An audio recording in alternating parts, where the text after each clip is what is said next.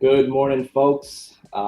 You can laugh now. I'm starting to fight a cold. You can hear it in my nose and my throat, but I'm going to push on through for all of you because today we got a really great guest, Jay White from Sinistrum Training. Talk a little bit about his background and what he does. And want to thank you for your service, Jay. I know that you're a veteran. Um, you founded Sinistrum Training in 2021. Talk a little bit, about your background, some of the things that you do at, Guardian Group Services.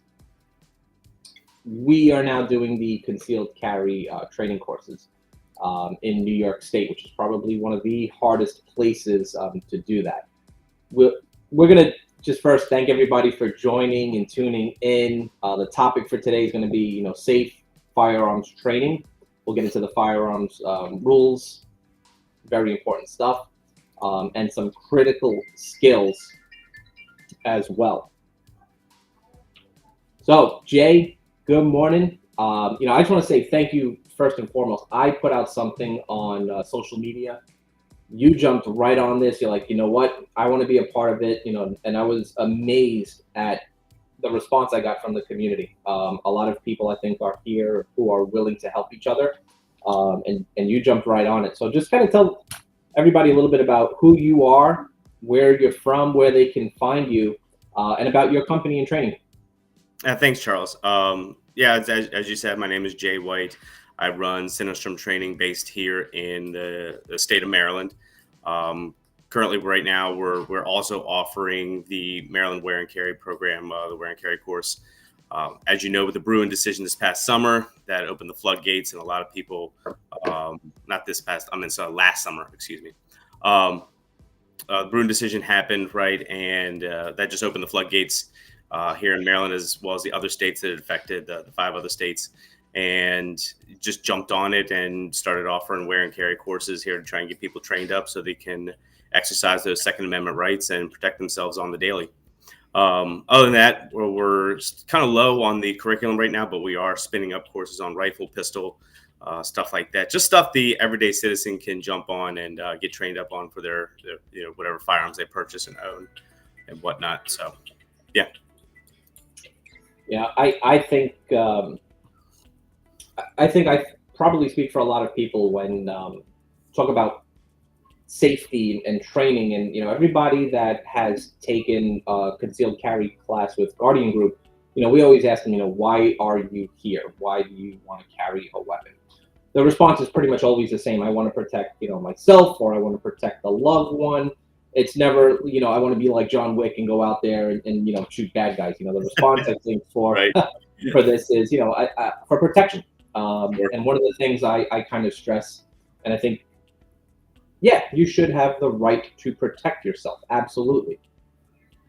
But you should also make sure that you train properly, and not hit someone with a stray bullet. So I think training is really, really, really important. Being proficient, and there's so many different people in the community who kind of have their niche. So I'd like to know from you, we've got a couple of questions lined up. What inspired you to become involved in weapons training? So the story goes back. I was actually in the military. I was in the Marine Corps. My job was military police. And at that time, school seats were coming around, and they came up and asked for volunteers for the combat marksmanship coaches course, which the combat marksmanship coach were the ones on the line coaching the various Marines on the line on, how to shoot, the safety, things like that with the M16, M4 rifle platforms. So, I was young. I was Lance Corporal. I was like, sure, why the heck not, right? Throw my hand up. And luckily I got picked for it because I'd always been interested in, shooting has always been, part of my life. I've been shooting since I was 8-10 years old. So it was nice to, get an opportunity to go do some advanced training. And while I was there and learning how to coach, and then, subsequently coaching Marines at the course, I realized I liked it a lot. I enjoyed just teaching people. I enjoyed talking to people. I enjoyed creating a product and, taking something from the beginning and, tweaking it and helping them out and seeing how the end result was and giving them an enjoyable experience. And, taking somebody from a marksman qualification up to an expert qualification is amazing, right? It's great to know that you were able to provide them that ability to do that. So that's kind of where it started, was in the Marine Corps, and I realized I liked it so much that I wanted to pursue it on the civilian side. Luckily enough, I was a reservist, so I was able to do, kind of to double dip, right? So I was able to, right? Sure, I was able to train Marines, right, as a reservist, and then I was able to go on my civilian side and get some jobs as an instructor on the civilian side too. So it was nice. Awesome. As an instructor, I teach a whole bunch of different classes, and I agree. It's always that like aha moment. You're teaching somebody a new skill, and it's something clicks, and and you can see it in their eyes. They're like, "Oh man, I got this." Well, you see, it goes back to like the cartoons, right, where somebody gets an idea and the light bulb pops over their head. It's almost you can physically see that happen in somebody's eyes when they, and when they finally catch that moment. And then it's not that they just do it once, but then they repeat it. So you got it solidified inside of them. So, which is nice. And it's funny, my background as well. I was in the Army, and I have some experience with rifles. So the pistol portion is somewhat new to me again. Sure. I'm in my 40s now, and that was like a whole lifetime ago. When I think about it now, it's just crazy. Right.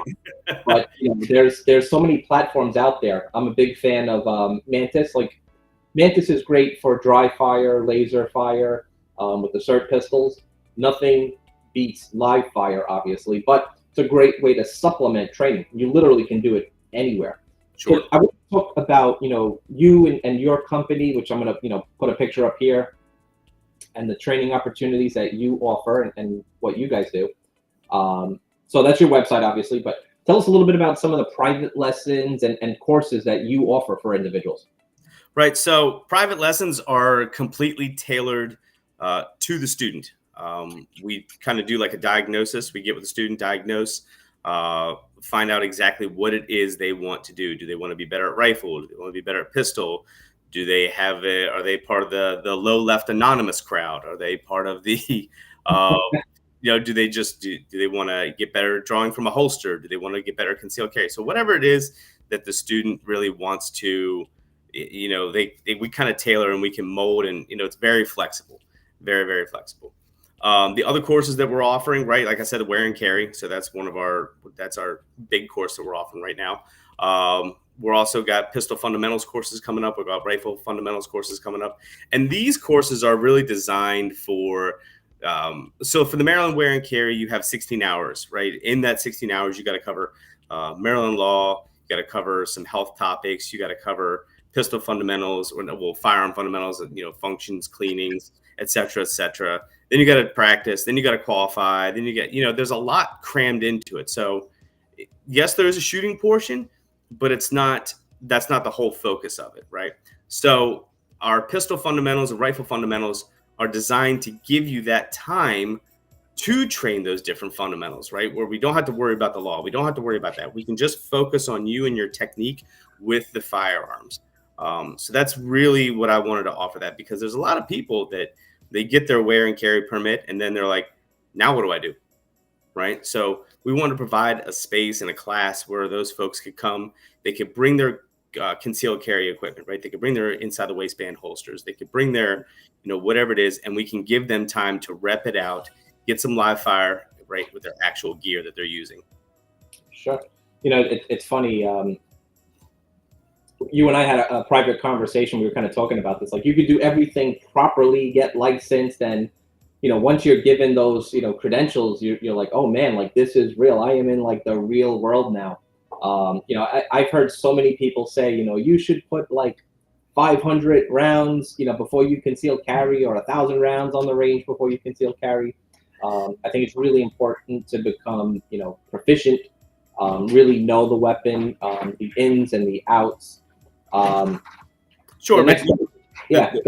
The thing about it, right? Round counts are just round counts, right? Are you deliberately and actively right? Focusing your training to get better, right? Yeah. I can go blow 1,000 rounds down range, right, and still walk out the same skill set that I walked in with, right? Yep. So you kind of have to pick goals. Okay, what am I going to focus on this session, right? Am I going to focus on my recoil mitigation? Am I going to focus on sights? Am I going to focus on transitions, right? And really focus on training that specific area better than what you walked in, right? So that's kind of thing, because like people are just like, you need to shoot more rounds, but what are you doing with those rounds? Yeah. Right? The quality rounds, or are you just spraying? It's funny you say that, because kind of leading right into the next question. Can you share a memorable success story? Like for me personally, was trained on a Glock 19. I was familiar with it, but a lot of people just had a hard time, just racking the slide. It's a basic movement. So when you're training, it's not always about shooting. It's the fundamentals of shooting, getting proper sight alignment, magazine unloads, reloads, racking the slide. I thought, I had that aha moment helping a student just kind of learn some basic movements to manipulate the weapon, right? Even before they're putting shots down on a target, just the basic movements of the weapon as well. So I was just wondering, do you have any success stories that really stick with you? I don't know if you call it a success story, but after I went to the coaches course, I got messaged by one of the course leads, and they asked me if I was interested in joining the Marine Corps Reserve shooting team.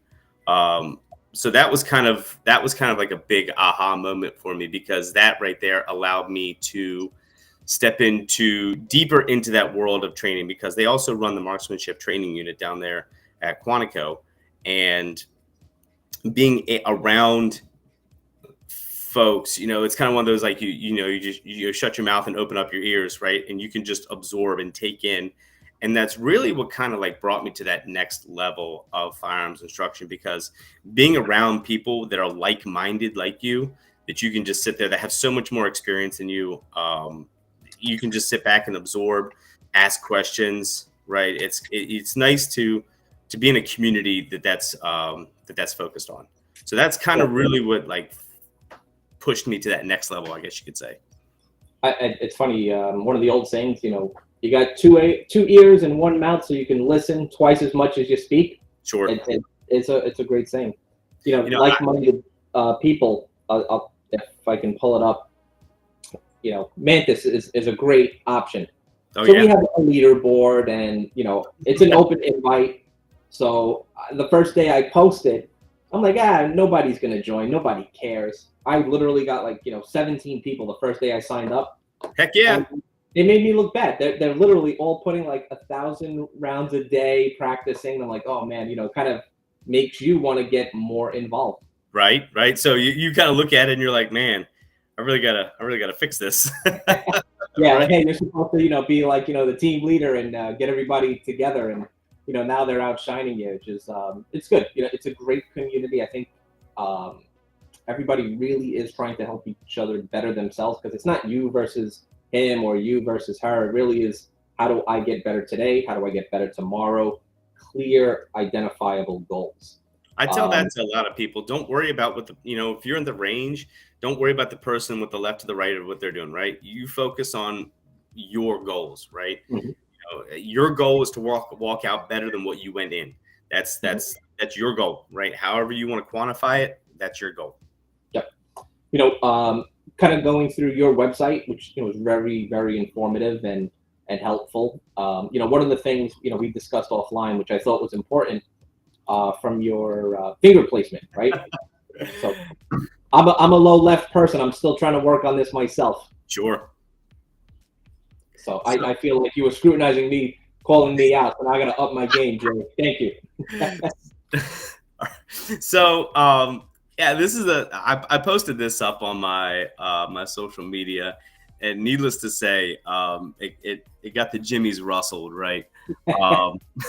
Because there's it gets the jimmies rustled. World War III in the chat, right? So it's it's one of those things, right? I try to expand on I don't want to say old techniques. I like to use critical thinking, right? So I try to critically think a little bit deeper about, answers and things like that. So a common thing is where your finger lands on the trigger, right? So, you have a lot of instructors out there that will say midway through the first index portion, right? That's kind of where you want to put your finger. What they're forgetting is the rest of the 9 digits that are in contact with the pistol, right? And a lot of times what you'll see happen is some people will actually sacrifice a good grip for the sake of having good trigger finger placement. Yep. Right. So more so than trying to get your finger right, get a good solid grip and control your pressures in your hand first and worry about the trigger finger later. Right. You get a lot of sympathetic muscle reflex, right? Where human beings, we typically don't grab things with just our index finger. We don't walk around, right? We typically pick things up with the whole of our hand, right? So we're so used to clamping down with the whole of our hand. When we use the index finger to press the trigger, the other fingers engage because we're used to gripping the whole thing, right? I don't have my pistol with me right now, but you your hand on the pistol and you just squeeze your pinky, watch how much the gun dips, right? Just squeeze your pinky individually.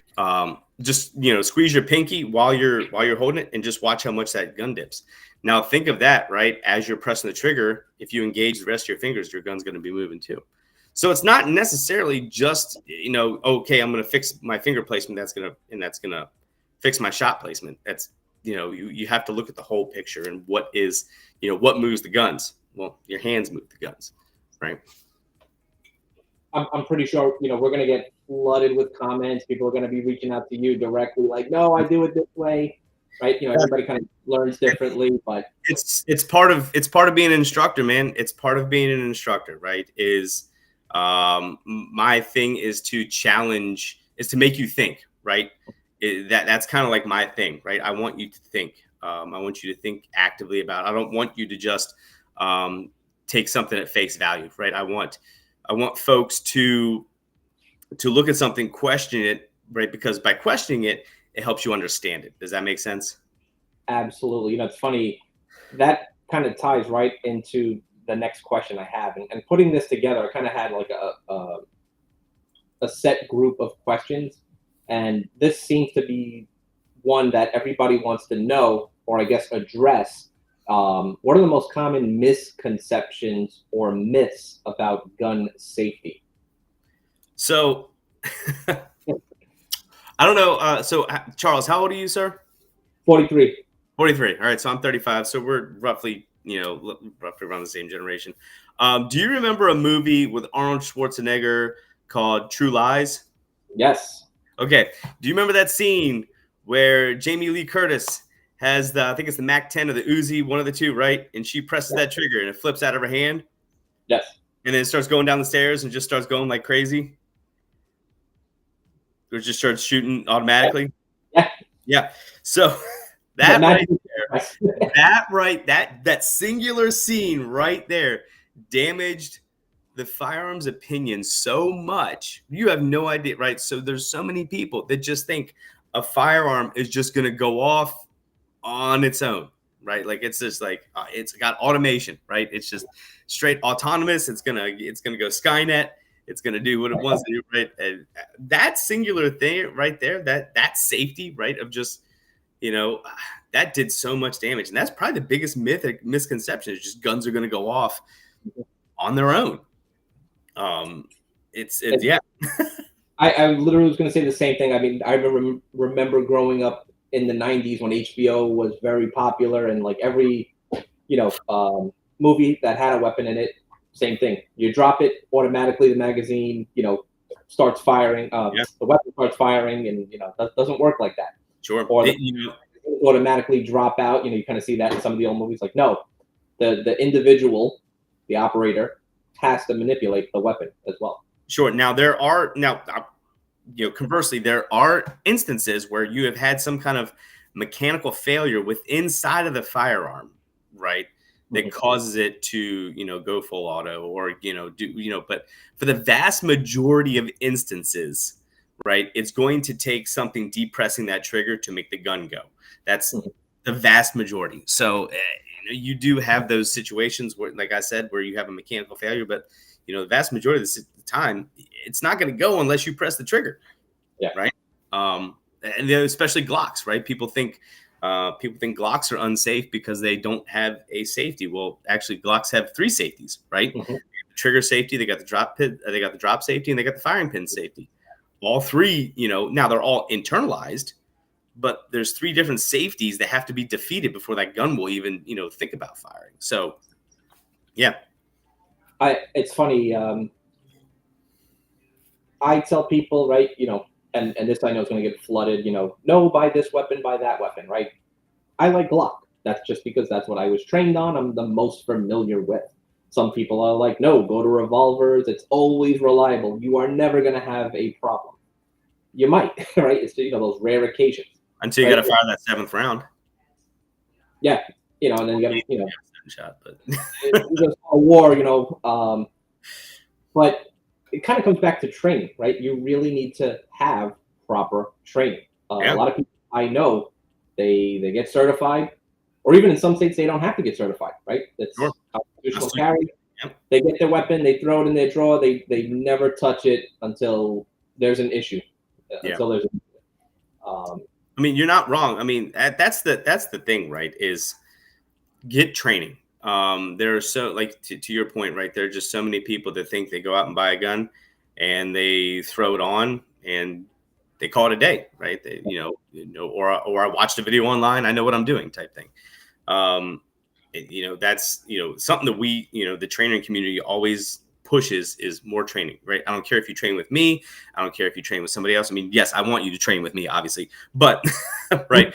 But at the end of the day, please go get training, right? Because there's nothing worse in the world than you needing to defend yourself, firing around, it not hitting who you want to hit, and it hitting collateral damage, right? It's some kind of innocent bystander, right? And that's at the end of the day, right? That's, we get to that firearm safety rule, right? Know your target, what lies beyond it, right?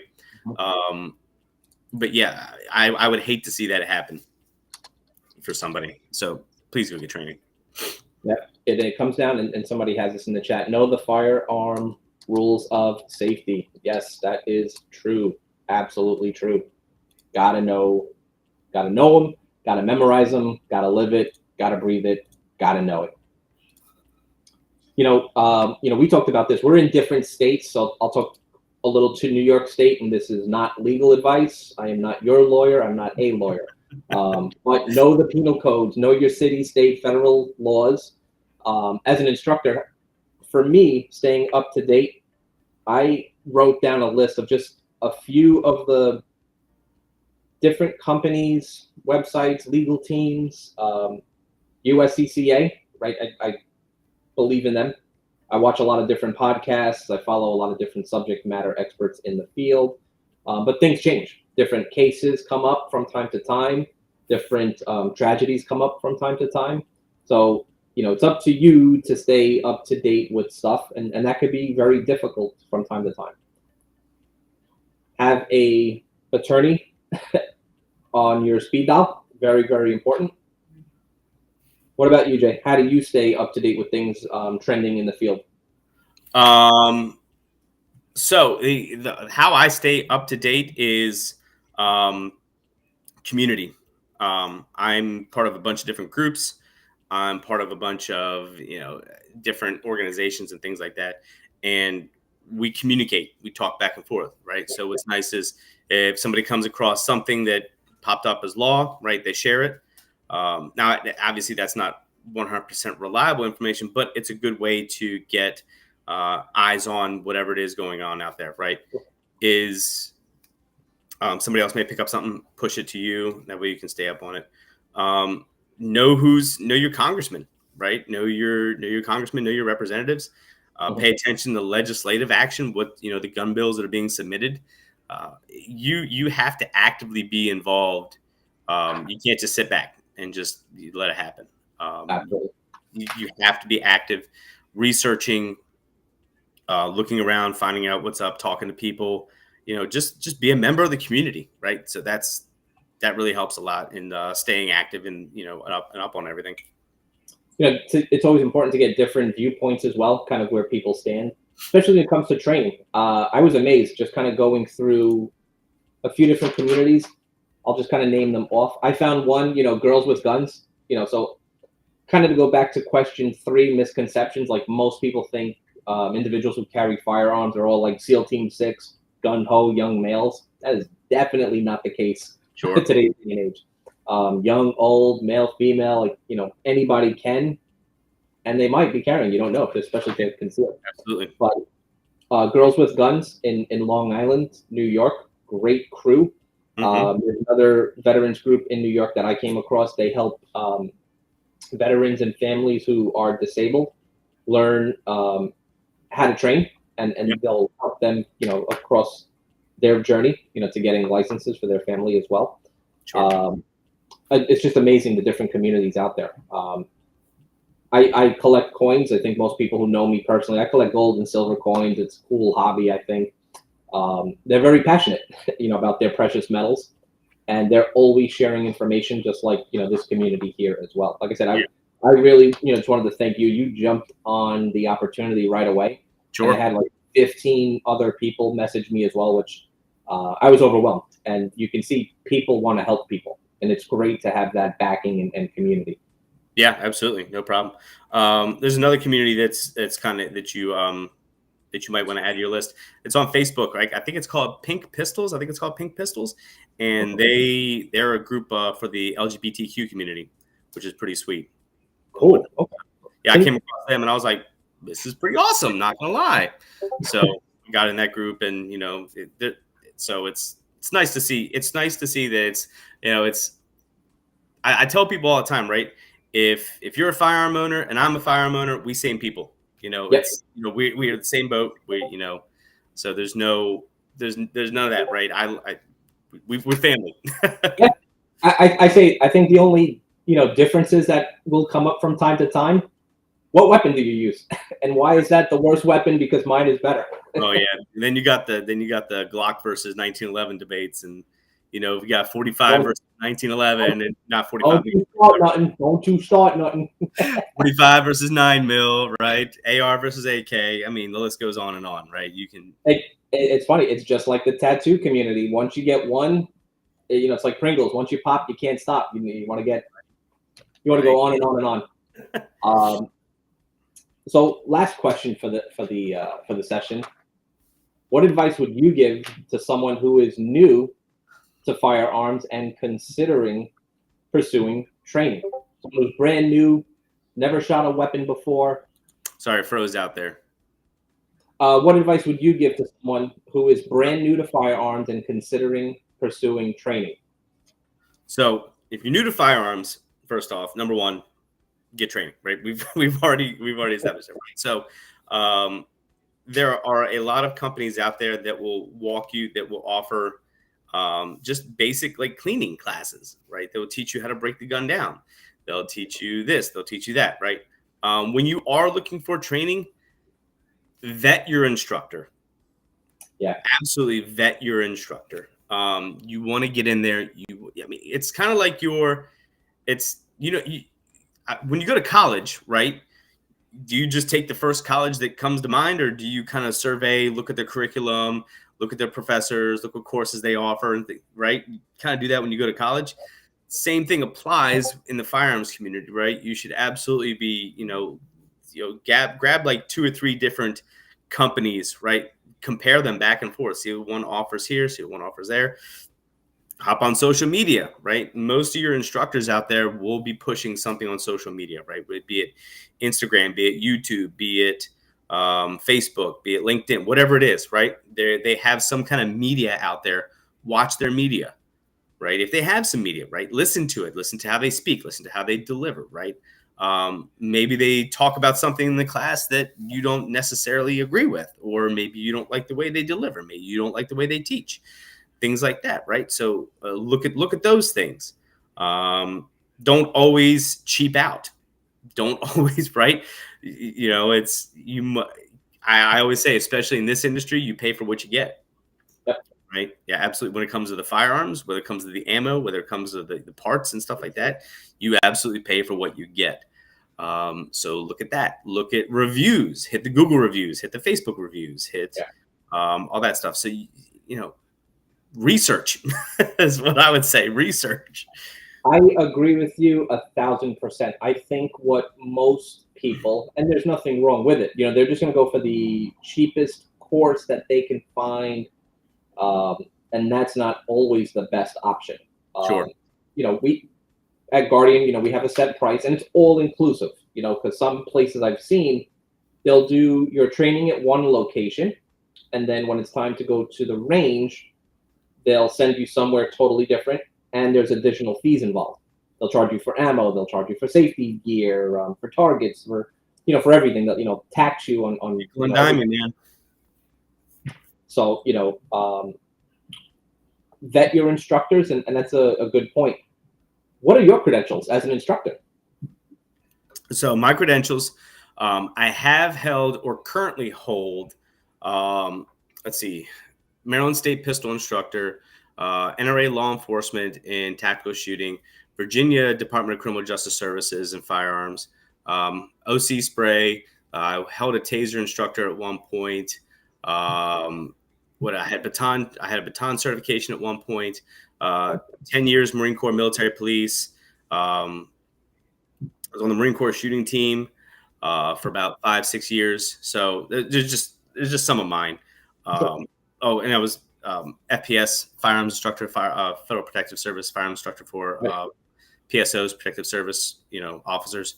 So I did that for 10 plus years as well too. So that's just some of my background.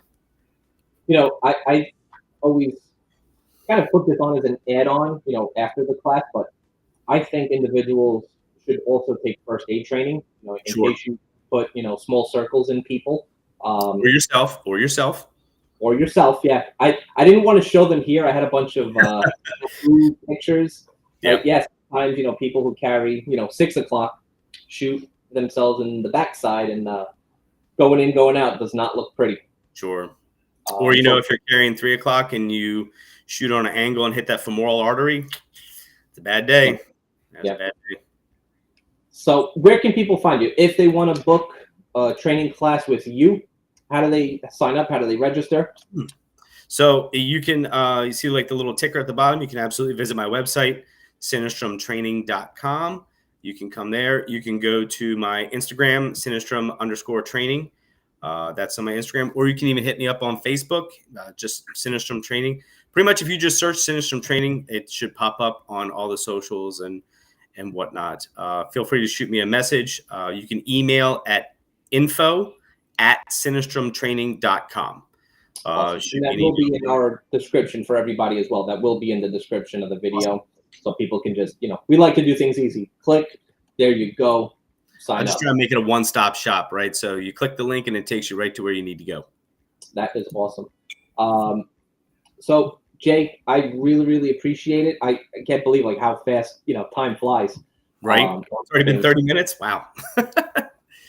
We deliver training in under an hour for you. I really look forward to doing these again. And I know we kind of talked about it. Jay, any final words for the viewers and guests watching live? Just be safe and exercise your Second Amendment rights, man. That's all I can say. Protect yourself, protect your friends, protect your family. Do it the safest way possible. Awesome. I do like that you offer the OC spray class as well. Some people don't feel comfortable carrying a firearm. They don't want to do it for whatever reason, but that's also a great option to protect yourself and others as well. Very effective stuff. If I could really quick, you got to think of, I don't want to say law enforcement. You kind of got to think of escalation of force, right?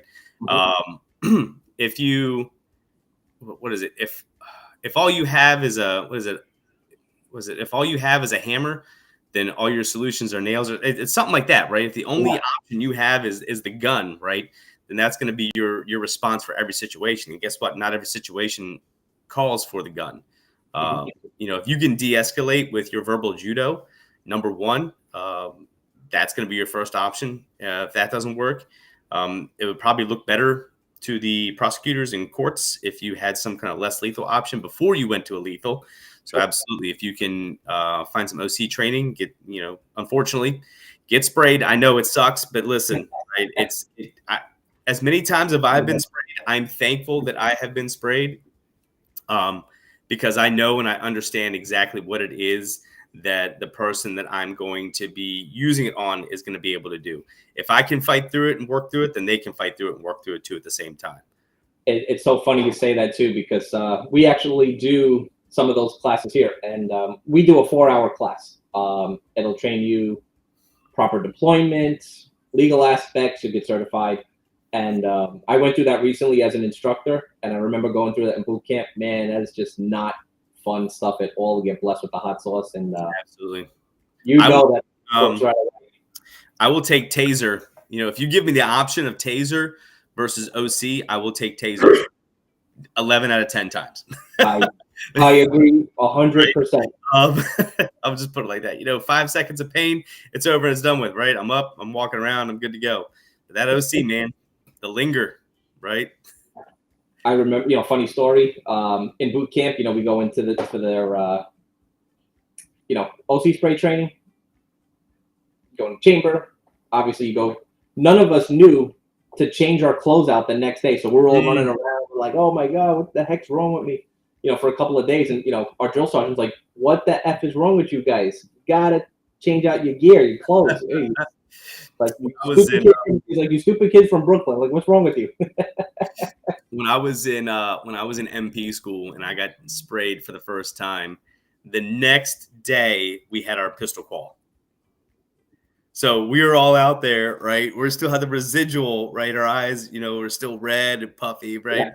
We got the pistol, right? We're trying to, see our sights and shoot the man. I tell you what, that was. You want to talk about some good pistol training? That was good pistol training. Awesome stuff. I really appreciate you. We definitely will do another one with you. Folks, check out Jay.